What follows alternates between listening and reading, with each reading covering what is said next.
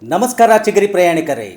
Hubballi Dharwad BRTH ಚಿಗರಿ ಕಾರ್ಯಾಚರಣೆಯು 2018ರಿಂದ ಪ್ರಾರಂಭವಾಗಿ 2020ರಲ್ಲಿ ಅಧಿಕೃತವಾಗಿ ಉದ್ಘಾಟನೆಗೊಂಡು ತನ್ನ ವಿಶಿಷ್ಟ ಶೈಲಿಯಲ್ಲಿ ಪ್ರತ್ಯೇಕ ಕಾರಿಡಾರ್ ಅನ್ನು ಹೊಂದಿ ಹುಬ್ಬಳ್ಳಿ ಧಾರವಾಡಗಳ ನಡುವೆ ಕಾರ್ಯಾಚರಿಸುತ್ತಲಿದ್ದು, ಸಾರ್ವಜನಿಕ ಪ್ರಯಾಣಿಕರ ಸಹಕಾರದೊಂದಿಗೆ ಭಾರತದಲ್ಲಿಯೇ ಅತ್ಯುತ್ತಮ ಸೇವೆ ಸಲ್ಲಿಸುವ ಯೋಜನೆ ಎಂದು ಹೆಸರು ಪಡೆದು ಒಟ್ಟು 4 ರಾಷ್ಟ್ರ ಮಟ್ಟದ ಪ್ರಶಸ್ತಿಗೆ ಭಾಜನವಾಗಿದೆ. ಇದರ ಮೂಲ ಉದ್ದೇಶ ಅತಿ ಕಡಿಮೆ ಖರ್ಚಿನಲ್ಲಿ AC ಬಸ್ಸುಗಳಲ್ಲಿ ತ್ವರಿತವಾಗಿ ಸಾರ್ವಜನಿಕರನ್ನು ಹುಬ್ಬಳ್ಳಿ ಧಾರವಾಡಗಳ ಮಧ್ಯೆ ಪ್ರಯಾಣವನ್ನು ಒದಗಿಸುವುದು. ಇಂತಹ ಯೋಜನೆಗೆ ಇತ್ತೀಚಿನ ದಿನಗಳಲ್ಲಿ ಕೆಲವು ಸಾರ್ವಜನಿಕರು 100 ಬಸ್ಸುಗಳು ಸಂಚರಿಸುವುದಕ್ಕೆ ಅಷ್ಟೇ ಕಾರಿಡಾರು, ಮಿಶ್ರ ಪಥದಲ್ಲಿ ಲಕ್ಷಾನುಗಟ್ಟಲೆ ಸಾರ್ವಜನಿಕ ವಾಹನಗಳು ಸಂಚರಿಸುವುದಕ್ಕೂ ಅಷ್ಟೇ ಕಾರಿಡಾರು, ಇದು ಯಾವ ನ್ಯಾಯ? ಮತ್ತು ನಗರ ಪ್ರದೇಶಗಳಲ್ಲಿ ಲಘು ವಾಹನಗಳನ್ನು BRTS ಪಥದಲ್ಲಿ ಸಂಚರಿಸಲು ಅವಕಾಶ ಮಾಡಿಕೊಡಿ ಎಂಬ ಕೂಗು ಕೇಳಿ ಬರ್ತಾ ಇದೆ.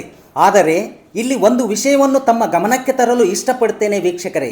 ಹಾಗೇನಾದರೂ ಈ ಕೂಗು ಹಾಗೆಯೇ ಮುಂದುವರೆದರೆ BRTSನ ಮೂಲ ಉದ್ದೇಶ ಈಡೇರುವುದಿಲ್ಲ. ಮೇಲಾಗಿ ಹುಬ್ಬಳ್ಳಿ ಧಾರವಾಡಗಳ ನಡುವೆ ಸಂಚರಿಸುವ ಸಾರ್ವಜನಿಕ ಪ್ರಯಾಣಿಕರ ಸಮಯ ವಿಳಂಬವಾಗುವುದು, ಜೊತೆಗೆ ಸಂಚಾರದ ವಿಶಿಷ್ಟತೆಯನ್ನು ಕಳೆದುಕೊಳ್ಳುವುದು ಎಂದರೆ ತಪ್ಪಾಗುವುದಿಲ್ಲ. ಆದುದರಿಂದ ಹುಬ್ಬಳ್ಳಿ ಧಾರವಾಡಗಳ ನಡುವೆ ಸಂಚಾರ ದಟ್ಟಣೆಯನ್ನು ಕಡಿಮೆಗೊಳಿಸಲು ಮತ್ತು ಸಾರ್ವಜನಿಕರು ತಮ್ಮ ತಮ್ಮ ವಾಹನಗಳನ್ನು ಬಿಟ್ಟು BRTS ಬಸ್ಗಳಲ್ಲಿ ಸಂಚರಿಸಲೆಂದೇ 2012ರಲ್ಲಿ BRTS ಯೋಜನೆಯನ್ನು ಸರ್ಕಾರವು ಜಾರಿಗೆ ತಂದು ಅದು ಎಲ್ಲ ಮೂಲ ಸೌಕರ್ಯಗಳನ್ನು ಹೊಂದಿ 2018ರಿಂದ ತನ್ನ ಕಾರ್ಯಾಚರಣೆಯನ್ನು ಪ್ರಾರಂಭಿಸಿ ಯಶಸ್ವಿಗೊಳಿಸಿದೆ.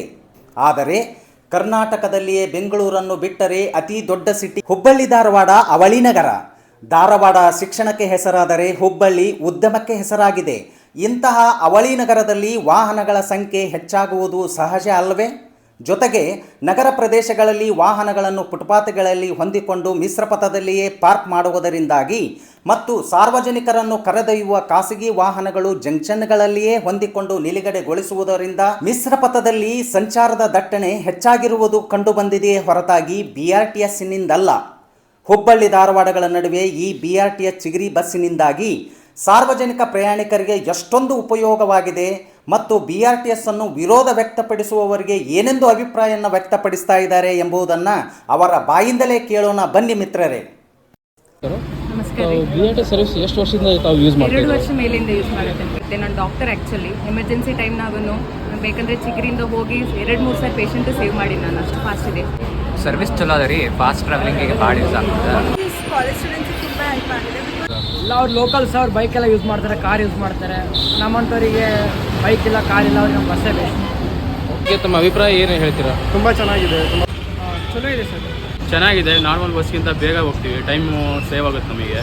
KSRTCಗೆ ಮತ್ತು ಬೇಂದ್ರೆಗೆ ಒಂದು BRTS ಇದ್ದಾರೆ, ಯಾಕಂದರೆ ರ್ಯಾಪಿಡ್ ಇದೆ ಇದು, ಮತ್ತು ಸ್ಟೂಡೆಂಟ್ಸ್ಗೆಲ್ಲ ಭಾಳ ಯೂಸ್ ಆಗ್ತದೆ. BRTS ಕಾರ್ಯಾಚರಣೆ ವಿರೋಧವಾಗಿ ಮಾತನಾಡೋದ್ರ ಬಗ್ಗೆ ಅಂದರೆ ರೇಟೆಡ್ ಇದೆ ಸರ್, ತುಂಬ ಹೊರಗಡೆ ಇಲ್ಲ, ಬೆಸ್ಟ್ ಇದೆ ಅಂತ. ಏನು ವಿರೋಧ ಮಾತಾಡೋ ಅವಶ್ಯಕತೆ ಏನಿದೆ? ಹಂಗೇನಿಲ್ಲ. ಏನು ವಿರೋಧವಾಗಿ ಅಂದರೆ ಅವ್ರಿಗೆ ಫ್ರೀ ಬಸ್ ಇದ್ರ ಸಂಬಂಧ ಹಂಗೆ ಇದು ಮಾಡ್ತಾರೆ ಅವರು. ಇಲ್ಲ ಸರ್, ಬಸ್ನಿಂದ ಅನುಕೂಲ ಇದೆ ಸರ್. ಎಲ್ಲ ಬೇಡ ತೆಗಿದು ಬೇಡ, ಕನ್ವೀನಿಯಂಟ್ ಅದ ಎಲ್ಲರಿಗೂ ಹೇಳ್ರಿ. ನಮ್ಮ ಅಭಿಪ್ರಾಯ ಅಂತಂದ್ರೆ ಒಳ್ಳೇದು. ಅದನ್ನು ಹೇಟ್ ಮಾಡಬಾರ್ದು, ಯಾಕಂದ್ರೆ ಅವ್ರಿಗೆ ಇರ್ಬೇಕು ಸರ್. ಅದು ವಿರೋಧವಾಗಿ ನಮಗೆ फैसिलिटीज चलो इस तरह नेगेटिविटी तो कुछ नहीं है, आप प्रॉपरली यूज़ करेंगे, टाइम पे यूज़ करेंगे.